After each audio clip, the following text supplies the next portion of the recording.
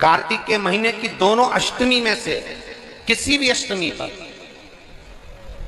चाहे उजाले की हो चाहे अंधेरे की, शुक्ल पक्षी की हो चाहे कृष्ण पक्ष की, एक बेलपत्र 3 शमी पत्र आप कभी दिल से, कभी मौका मिले हृदय से, दामोदर मास में, कार्तिक मास में अशोक सुंदरी वाली जगह का स्पर्श कर कर भगवान शंकर के शिवलिंग पर एक बार समर्पित कर कर देखना, और दूसरे वर्ष इंतजार करना कि तुमने कार्तिक महीने में अष्टमी के दिन बाबा को शमी पत्र और बेलपत्र दिया था, क्या बाबा ने तेरे घर में धन और वैभव दिया कि नहीं दिया? जो स्थिति में गाड़ी चल रही थी वो स्थिति की गाड़ी तेरी पार हुई कि ना हुई?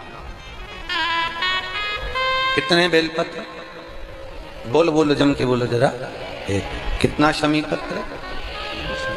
एक बेलपत्र 3 शमी पत्र।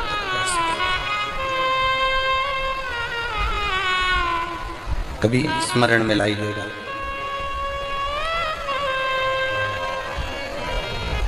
बस ये जो कार्तिक महीने में दामोदर मास में आप एक बेलपत्र 3 शमी पत्र अष्टमी के दिन, चाहे शुक्ल पक्ष की हो चाहे कृष्ण पक्ष की हो, ये दोनों अष्टमी में से किसी भी अष्टमी को जब आप समर्पित करें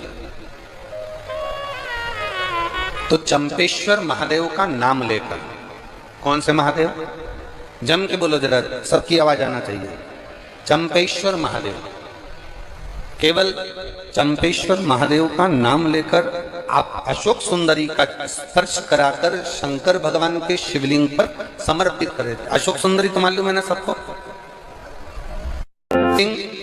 ये जलाधारी, ये बीच में से जो 2 लाइन गई, गणेश कार्तिकेय, और बीच में एक लाइन जाती है मोटी सी शिवलिंग के सम्मुख में, उसको अशोक सुंदरी का स्थान कहा गया।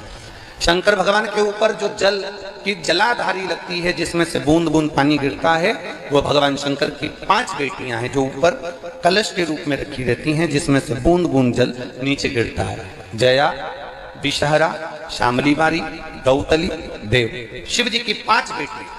शंकर भगवान की 6ठी बेटी अशोक सुंदरी बीच में। जब आप बेलपत्र 1, शमी पत्र 3, चंपेश्वर महादेव का नाम लेकर अशोक सुंदरी का स्पर्श कराकर भगवान शंकर को जब आप समर्पित करेंगे इस कार्तिक महीने में, दामोदर मास में, अष्टमी तिथि के दिन, चाहे वो शुक्ल पक्ष की हो चाहे वो कृष्ण पक्ष की हो, अष्टमी तिथि को अगर समर्पित करते हैं तो आप वर्ष भर में इंतजार कर कर जरूर बताना कि तुम साल भर पहले जितना कमाते थे, वर्ष भर पहले तुम जो व्यापार व्यवसाय कर रहे थे, साल भर से जो नौकरी के लिए प्रयास कर रहे थे, उसमें सफलता आपको अगले वर्ष की दामोदर मास आने से पहले मिली कि नहीं मिली, वो स्मरण आपके भीतर होना चाहिए।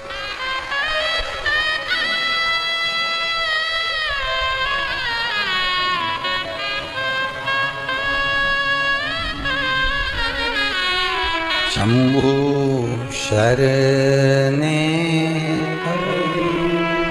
मां घड़ी रे दुख काटो दया करने दर्शन।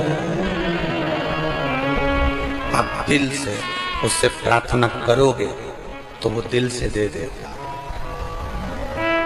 महाराज, ईमान और जुबान 2 चीजें व्यक्ति की पक्की होना चाहिए। क्या क्या? बोलो, जम के बोलो। ईमान और दूसरी जुबान पक्की हो।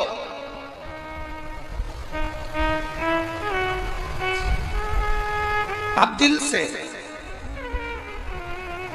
आप बाबा का भजन कर दे, आप दिल से बाबा का स्मरण कर दे।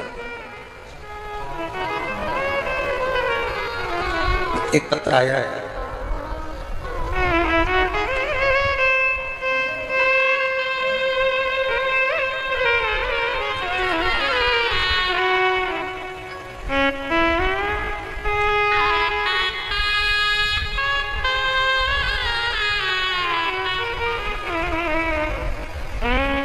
चंद्रमुखी शर्मा, पता है राया मथुरा। कहीं बैठी हैं? हाथ हिला सकती हैं। अगर कहीं बैठी हो तो हाथ हिलाइए। आपकी हैं? दोनों हाथ हिला दो एक बार। हाँ, हिलाइए दोनों हाथ। ठीक है, एक बार वापिस हाथ हिला दो। चंद्रमुखी शर्मा राया मथुरा से रहने वाली हूँ गुरुजी। बाबा का मैं क्या गुणगान करूं। मेरी बेटी मुस्कान कई सालों से नौकरी की तैयारी कर रही थी कि सरकारी नौकरी मिले, पर नहीं मिली। आखिरी में हताश होकर वो मंदिर जाना भी छोड़ी, भगवान का भजन करना भी छोड़ी। तब एक बार टीवी पर हमने कथा सुनी और कथा सुनकर हमारी बेटी से कहा कि देख, वो महाराज सी और वाला कहता है कि शिव जी को एक लोटा जल चढ़ाना चाहिए। माँ, हम ब्रज की रज में रहते हैं, ठाकुर जी का भजन करते हैं, शिव को जल चढ़ाने का बाबा कह रहे हैं। मैंने अपनी बेटी से कहा, कृष्ण और शिव में कोई अंतर नहीं। कृष्ण जब तक नहीं मिलते जब तक शंकर की भक्ति ना हो, और शंकर जब तक नहीं मिलते जब तक कृष्ण की भक्ति ना हो। ये दोनों का मिलना सरल नहीं है। मैंने कहा, जब टीवी पर बाबा कह रहे हैं, सियोर वाला महाराज कह रहे हैं कि एक लोटा जल सारी समस्या का हल, तो जड़ा चढ़ाने में जाता क्या है। माँ, 7 वर्ष से नौकरी की तैयारी कर रही हूं पर नहीं मिली, तो मुझे नहीं लगता कि मिलेगी, पर तुम करती हो तो मैं शंकर जी को जल चढ़ाना प्रारंभ करती हूँ। शिव जी को जल चढ़ाना चालू करा मेरी बेटी मुस्कान शर्मा ने। और बाबा का मैं क्या वर्णन करूं गुरुदेव। मेरी बेटी ने एग्जाम दिया और बाबा की कृपा से उसका इंडियन नेवी में हो गया। मैं बाबा को यहाँ प्रणाम करने के लिए आई हूँ। यह शिव तत्व है भक्ति। ओ घड़ी है शंकर। बैठिए बहन। हर हर महादेव।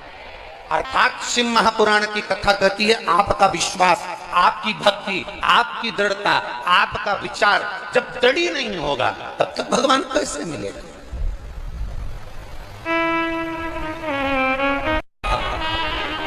दड़ी बनकर बैठोगे, भगवान शंकर की आराधना दड़ी बनकर करोगे, ईमान और जुबान पक्की रखकर आप शिव की अगर आराधना करोगे, तो अगर कथा मिल सकती है तो क्या मेरा महादेव नहीं मिल सकता? क्या मेरा शिव नहीं मिलेगा? अवश्य।